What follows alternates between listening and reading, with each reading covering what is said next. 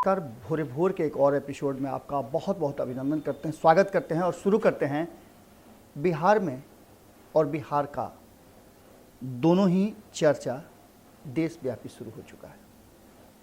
या बिहार की बात करें या फिर जहां जहां चुनाव हो रहे हैं वहां बिहार की उपस्थिति इस बात को बता रही है कि बिहार का राजनीतिक उत्थान और पतन दोनों ही लोगों के निगाह में रहता है और बिहार राजनीतिक रूप से कितना सक्रिय है इस बात का भी अंदाजा इससे लगता है कि चुनाव कहीं भी हो लेकिन चर्चा बिहार की जरूर होती है। एक नई चर्चा है और नई बात है जिसकी खूब भीतर ही भीतर चर्चा हो रही है। नीतीश के करीबी हों या फिर उनके विरोधी, दोनों ही इस बात की चर्चा कर रहे हैं कि बंगाल में तय हो रहा है नीतीश कुमार का भविष्य। चुपचाप सब कुछ तय हो रहा है और यही है वो फिनिशिंग लाइन जहां पार किया जा सकता है बिहार के इस पूरे स्थिति और परिस्थिति को, और इससे निकला भी जा सकता है। नीतीश कुमार की तैयारियां कमज़ोर नहीं हैं। नीतीश कुमार पूरी तैयारी में है और बंगाल को लेकर के भी, असम को लेकर के भी और 5 राज्यों में होने वाले चुनाव को लेकर के नीतीश कुमार ने चुनाव से पहले पूरा मूड बनाया था, पूरी रणनीति बनाई थी। और नीतीश कुमार के जो बड़े बड़े धुरंधर थे, धनुर्धारी थे, अपने अपने तीर का संधान कर रहे थे। तीर चुनाव चिन्ह भी है, आपको पता ही है। इसको लेकर के नीतीश कुमार और उनकी टीम पूरी मजबूत थी। नए जोश में आ गए थे कि आरसीपी सिंह ने पूरी तैयारी के साथ, मजबूती के साथ कहा था कि हम बंगाल और असम में बड़ी मजबूती के साथ चुनाव लड़ेंगे। इसके लिए उन्होंने अपने पदाधिकारी भी नियुक्त कर दिए थे। चुनाव के लिए उन्होंने गुलाम रसूल बलियावी को बंगाल, जो कि सटा हुआ राज्य है, वहाँ भेज दिया था और उनकी तैयारियां भी चलने लगी थी। इस बीच में ये भी दावा किया गया था कि 70 सीटें वो जीत करके आएंगे। तभी एक घटना घटी और भारतीय जनता पार्टी ने ऐसी लंगड़ी मारी नीतीश कुमार को कि वो चारों खाने चित हो गए। अभी कबड्डी शुरू भी नहीं हुई थी कि नीतीश कुमार की पूरी टीम आउट नजर आई। कोई कुछ बोलने के लिए तैयार नहीं था। तब केसी त्यागी की आवाज आई और अरुणाचल के मुद्दे पर केसी त्यागी ने अपना मुंह खोला। इसके पहले तुरंत भारतीय जनता पार्टी, कहा जा रहा है कि ऐसी रणनीति बनाई कि नीतीश कुमार को पहले ही चित कर चुकी थी। मैच से पहले ही जो 5 राज्यों में होने हैं, बिहार में नीतीश कुमार को गेम से ही आउट करने का प्लान बना दिया था। लेकिन नीतीश कुमार की रणनीति थी जिससे वो फिर से गेम में वापस हुए। भले ही कमजोर रहे लेकिन मार्जिनल जीत उन्होंने हासिल की। पर इन सब के बाद उन्होंने पहले ही हल्दी गुल्दी बुलवा लिया था कि मैच में मजबूत चाहे जो भी हो, लेकिन शील्ड तो नीतीश कुमार को मिलेगा। और नीतीश कुमार ने शील्ड लेकर के मुख्यमंत्री का पद तो हासिल कर लिया। इन सब के बाद ऐसा लगने लगा था कि जिस तरह से आरसीपी सिंह मजबूती के साथ पार्टी का कमान संभाले थे, तो ऐसा लग रहा था कि प्रशांत किशोर और आरसीपी सिंह, जो कि लड़ाई बिहार में हुई थी 2016-17 के आसपास में, आपने जो लड़ाई देखी थी, वो लड़ाई 2018 तक, 19 तक लगभग चलती रही। और प्रशांत किशोर ये समझाते रहे नीतीश कुमार को कि आपने गलत डिसीजन ले लिया है।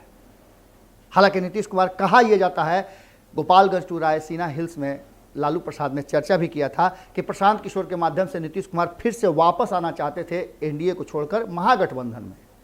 एक बार फिर से लालू प्रसाद के सानिध्य का वो सुख भोगना चाहते थे, लेकिन ऐसा लालू प्रसाद ने मना कर दिया था। अब इसमें कितनी सच्चाई है ये तो प्रशांत किशोर ही बताएंगे। लेकिन एक लड़ाई जो बंगाल में हुई, जिसकी पटकथा 2016 में ही नीतीश कुमार ने लिख दी थी। इस बात से आप अवगत होंगे कि नीतीश कुमार के कितने करीबी थे प्रशांत किशोर। प्रशांत किशोर को नीतीश कुमार के सानिध्य का लाभ भी मिला। नीतीश कुमार जब 2014 में चुनाव हारने के बाद, लोकसभा चुनाव की मैं बात कर रहा हूं, हारने के बाद जब अपने पद से त्याग पत्र दिए थे और मांझी को बनाया था, उसके बाद से प्रशांत किशोर से उनकी नज़दीकियां बढ़ गई थी। और 2015 चुनाव जीतने के बाद प्रशांत किशोर से खासा प्रभावित थे। संगठन का कमान दे दिया था, उपाध्यक्ष बना दिया था और अपना जो दूसरा बंगला था उसमें रहने की सुविधा भी दे दी थी। यहां तक कि उन्हें कैबिनेट का दर्जा भी प्राप्त था और यह राजनीतिक लोगों को नहीं भा रहा था। बिल्कुल वही स्थिति अब आरसीपी सिंह को भी लेकर के है। पार्टी के अंदर और नीतीश कुमार के बहुत करीबी हैं जो ये बातें कहते हैं कि आरसीपी सिंह के व्यवहार, उनके क्रियाशैली से राजनीतिक लोग पूरी तरह से छत विछत हैं और कभी भी संतुष्ट नहीं हो पा रहे हैं। बिल्कुल यही बातें कही गई थी प्रशांत किशोर के लिए, और प्रशांत किशोर को अंततः जदयू से टाटा बाय बाय करना पड़ा था। लेकिन उससे पहले नीतीश कुमार के साथ रहने का उन्हें फायदा मिल चुका था कि 2016 में ही ममता बनर्जी से उनकी दोस्ती हो चुकी थी, लेकिन नीतीश कुमार छोड़ना नहीं चाहते थे। यह बात का सिलसिला आगे बढ़ता गया। 2019 के चुनाव में ममता बनर्जी ने प्रयास किया था कि वो लोकसभा चुनाव में साथ दें, पर उस समय आंध्र प्रदेश में वो जगन मोहन रेड्डी के लिए काम कर रहे थे, और प्रशांत किशोर का कहा जाता है कि एक वक्त में एक ही काम करते हैं। अब ऐसी स्थिति में जगन मोहन रेड्डी के जीत के बाद प्रशांत किशोर का ग्राफ और बढ़ गया, और ममता बनर्जी के लिए उन्होंने इस चुनाव की 2021 के विधानसभा चुनाव की तैयारियां शुरू कर दी। आपको बता दें कि 2016 में चुनाव जो हुए थे उसमें भी किस्मत आजमाया था नीतीश कुमार ने, और तब 2016 में लालू प्रसाद उनके साथ थे। असम और बंगाल में दोनों जगह बड़ी मजबूती के साथ अपनी किस्मत आजमाई गई थी, लेकिन परिस्थितियां बदल गई हैं। हम बात करने आए हैं 2021 की। 2021 में जो चीज़ें सबको इंतजार था, भारतीय जनता पार्टी भी इस बात को समझ रही थी, लेकिन आपको पता है कि आरसीपी सिंह चाहे जितना भी फौंक ले, जितना भी अपनी तैयारियां कर लें, लेकिन कहा जाता है कि वो बीजेपी के साथ बहुत नज़दीकी और एक सॉफ्ट कॉर्नर के साथ रहते हैं, जिसका उन्हें लाभ भी मिला था और उन्हें अध्यक्ष बनाया गया था। अब ऐसी स्थिति रच दी गई कि सिर्फ सांकेतिक रूप से जिसको कहा जा रहा था कि बड़ी मजबूती के साथ चुनाव लड़ेंगे और अरुणाचल का बदला लेंगे, केसी त्यागी ने चिकर चिकर करके ये बात कही थी कि ये मित्रता धर्म का पालन नहीं हुआ है, और ऐसा लग रहा था कि भारतीय जनता पार्टी इस बात को रखते हुए नीतीश कुमार के डर से या फिर उनसे प्रभावित होकर के उनकी मजबूरी हो जाएगी भारतीय जनता पार्टी की कि वो असम और बंगाल में नीतीश कुमार को अपने खेमे का हिस्सा बना लेगी। लेकिन भारतीय जनता पार्टी को पता था कि नीतीश कुमार की बिहार से बाहर क्या औकात है। चूंकि भारतीय जनता पार्टी ने बिहार में भी नीतीश कुमार को औकात में ला दिया था, इसलिए बिहार में भले ही नीतीश कुमार जितना भी भारतीय जनता पार्टी के लिए मुश्किलें पैदा करें, लेकिन अन्य राज्यों में उनकी कोई चलती और हस्ती नहीं है। इस बात को तब और साबित कर दिया गया जब झारखंड में चुनाव लड़ने की बड़ी मजबूत पहल के बाद खुद नीतीश कुमार गए थे चुनाव से पहले, और उन्होंने कहा था कि हम मजबूती के साथ यहाँ चुनाव लड़ेंगे, और लोगों को बड़ी हौसला आया था जो जदयू के थे झारखंड में। लेकिन पूरे चुनाव में एक बार भी नीतीश कुमार प्रचार करने नहीं गए और देखा तक नहीं, जबकि वो अध्यक्ष भी थे। आज स्थिति बिल्कुल उसी तरह की है। असम, और आपको पता होगा कि जैसे ही बिहार में चुनाव परिणाम आए उसके बाद असम के लोगों का, बंगाल के लोगों का, पुडुचेरी के लोगों का, अन्य राज्यों के लोगों का आना जाना जारी था, और खूब कहा जा रहा था, खूब हवा उड़ाई जा रही थी। हमने भी खबरें दिखाई थी कि बंगाल के लोगों ने बड़ा मजबूती के साथ कहा था कि नीतीश कुमार जी को इस बार इतना सीटें दिलवाएंगे, ये हमारी मजबूत पकड़ है, वहाँ हमारी मजबूत पकड़ है। लेकिन टाएं टाएं फिस। प्रशांत किशोर के सामने आने से एक तरफ जहां आरसीपी सिंह डर रहे थे, क्योंकि पहले ही वो एक्सपोज हो चुके हैं संगठनिक रूप से। जब गांधी मैदान में रैली थी, तैयारी थी, जब पूरे राज्य भर से लोगों को जुटा करके 3 लाख 4 लाख लोगों को जुटाने की बात हुई थी, वो पूरी तरह से फ्लॉप रहा था। सिर्फ बैनर और पोस्टर नजर आए थे, लोग नजर नहीं आए थे। अब एक बार फिर से वो प्रशांत किशोर के सामने आना नहीं चाहते थे। गुलाम रसूल बलियावी को के गले में घंटी बांध करके बंगाल में बैठा दिया गया और कोरम पूरा कर लिया गया। अब इसके बाद सबसे बड़ी बात यह हुई कि इन सब बातों के बाद नीतीश कुमार का ग्राफ अचानक से पूरे राष्ट्रीय स्तर पर धड़ाम से गिरा, और धड़ाम से गिराने में ममता बनर्जी की चिट्ठी आपको याद होगी। उस चिट्ठी को उन्होंने सबको तो लिखा, लेकिन नीतीश कुमार को उससे अलग रखा, और इसके पीछे कारण आपको पता है कौन था? तेजस्वी यादव। तेजस्वी यादव अचानक से बढ़ते चले गए, बढ़ते चले गए, बढ़ते चले गए, और ग्लोबली अगर कहा जाए तो तेजी से बढ़ने वाले युवा राजनीतिज्ञों में तेजस्वी यादव का ग्राफ सबसे ऊपर था। तेजस्वी यादव की भीड़ देख करके आपको अंदाजा होगी कि बिहार में भले ही वो सरकार नहीं बना पाए, लेकिन लोगों का प्यार और साथ भरपूर उन्हें मिला है। उनकी रैलियों में जिस तरह से भीड़ उमड़ कर आती थी, और एक दिन में 16, 17, 20 रैलियां करना, ये कोई छोटी मोटी बात नहीं है।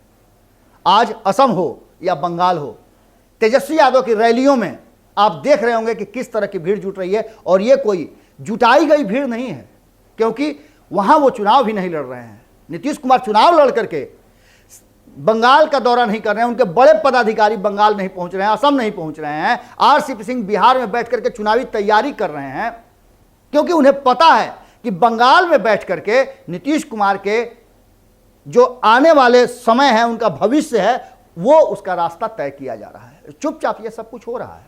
जहां एक तरफ सामूहिक विपक्ष ने नीतीश कुमार का बहिष्कार कर दिया है, वहीं भारतीय जनता पार्टी का भी रुख अब नीतीश कुमार के प्रति सॉफ्ट नहीं दिख रहा है।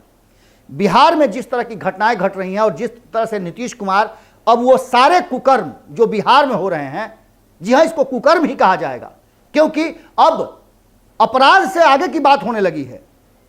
छोटी छोटी बच्चियों का अपहरण होना, उनके साथ दुष्कर्म होना, उनकी हत्या कर देना, इतना ही नहीं, नरसंहार जैसी चीजें हो रही हैं। और इसमें एक खास वर्ग को भिड़ाने की तैयारी हो रही है।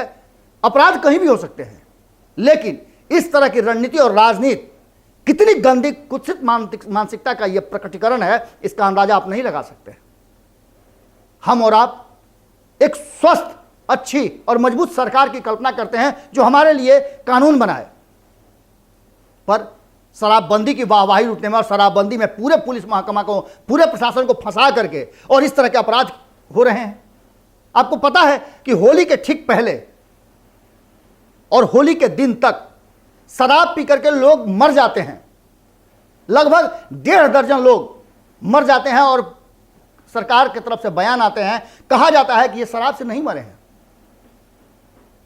जब इस पर माहौल गर्म होने लगता है, जब लोग खुद कहने लगते हैं कि हां हमने शराब पिया है, लोगों की आंख की रोशनी चली जाती है, तब जाकर के सरकार की नींद खुलती है और तब यह बयान आता है कि शराब से मौत होने से इनकार नहीं किया जा सकता है। यह कैसी रणनीति है, कैसी राजनीति, कौन चला रहा है सरकार? क्या नीतीश कुमार सरकार में सिर्फ सिंबल हैं? उनका कोई बयान इन बातों पे नहीं आता है। राज्य की जनता का धनाधन हत्या हो रहा है, एक ही परिवार के 6 लोग मारे जाते हैं और इसे जातीय संघर्ष का नाम दे दिया जाता है। कहा जाता है कि एक ब्राह्मण राजपूत की हत्या कर रहा है। यह क्या है? हत्या करने वाला और इस तरह की मानसिकता का लोग किसी भी जाति संप्रदाय का नहीं होता है। जब जब ये सामुदायिक और एक खास वर्ग को लेकर के टारगेट किया जाता है, हिंदू मुस्लिम किया जा रहा था, तब तो नीतीश कुमार भी कहते थे कि ये इस तरह के लोग किसी जाति के नहीं हो सकते हैं। आज क्या हुआ जब उनके राज्य में इस तरह की घटनाएं घट रही हैं? खुद उनके साथ रहने वाले लोग इस तरह की बातें कर रहे हैं।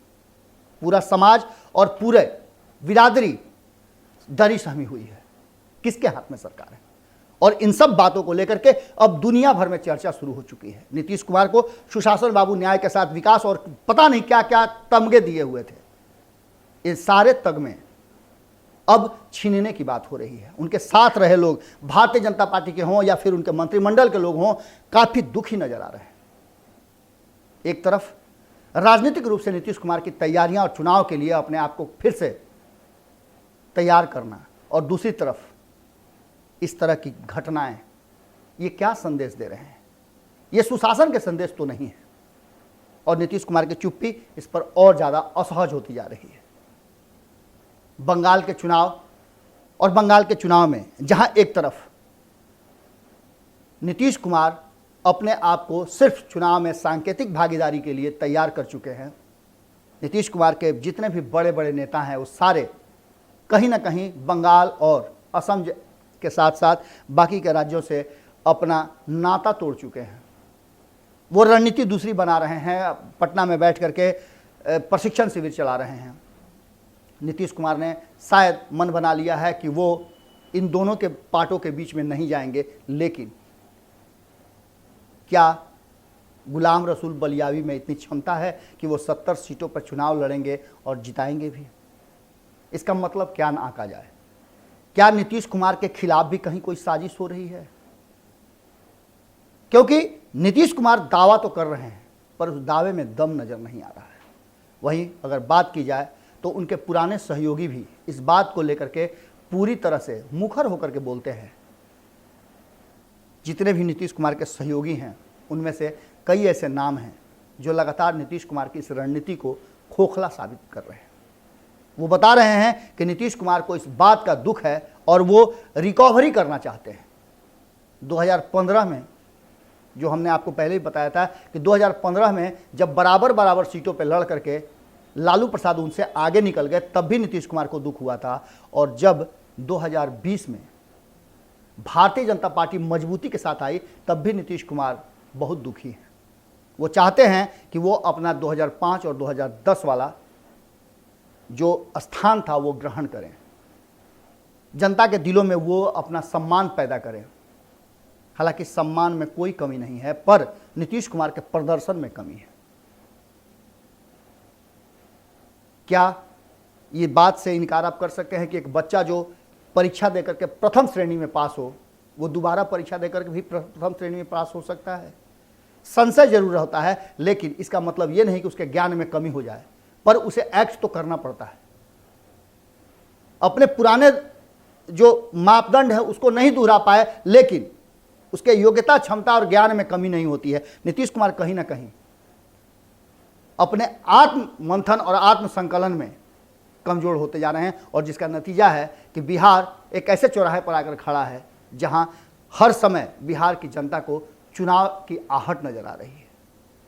यह आहट नजर आ रहा है कि नीतीश कुमार शायद अब उस लायक नहीं रहे, या नीतीश कुमार के विरुद्ध एक बड़ी तैयारी शुरू हो चुकी है जिससे कि नीतीश कुमार को बिहार की राजनीति से अलग कर दिया जाएगा। लेकिन एक और बात बहुत मजबूती के साथ कही जा रही है कि अब क्या नीतीश कुमार बिहार की राजनीति से केंद्र की राजनीति में जाने की स्थिति में हैं? वहां भी उन्हें विपक्ष ने अलग कर दिया है, और भारतीय जनता पार्टी कभी भी नीतीश कुमार के लिए कोई सीट वैकेंट नहीं करेगी। अजीब तरह का माहौल है और अजीब तरह का बिहार में स्थिति पैदा हो गई है। चुनाव तो बंगाल और असम में हो रहे हैं, बाकी राज्यों में हो रहे हैं, लेकिन उसका जो परिणाम है वो बिहार में देखने को मिल रहा है। तेजस्वी यादव ने अपने आप को पूरी तरह से स्थापित कर लिया है। जहां भी चुनाव में वो जा रहे हैं, जनता से मिल रहे हैं, वहां एक अलग तरह का माहौल पैदा हो रहा है। चिराग पासवान भी पीछे नहीं है, लगातार वो बंगाल में मजबूती के साथ अपनी उपस्थिति दर्ज कर रहे हैं। उपेंद्र कुशवाहा को कहा जा रहा था कि वो भी ज़बरदस्त तैयारी कर रहे थे जब वो उनकी पार्टी आरएलएस थी। उनके लोग भी मौजूद हैं और उनकी तैयारियां भी जिस तरह से चल रही थी वो अभी भी चल रही है।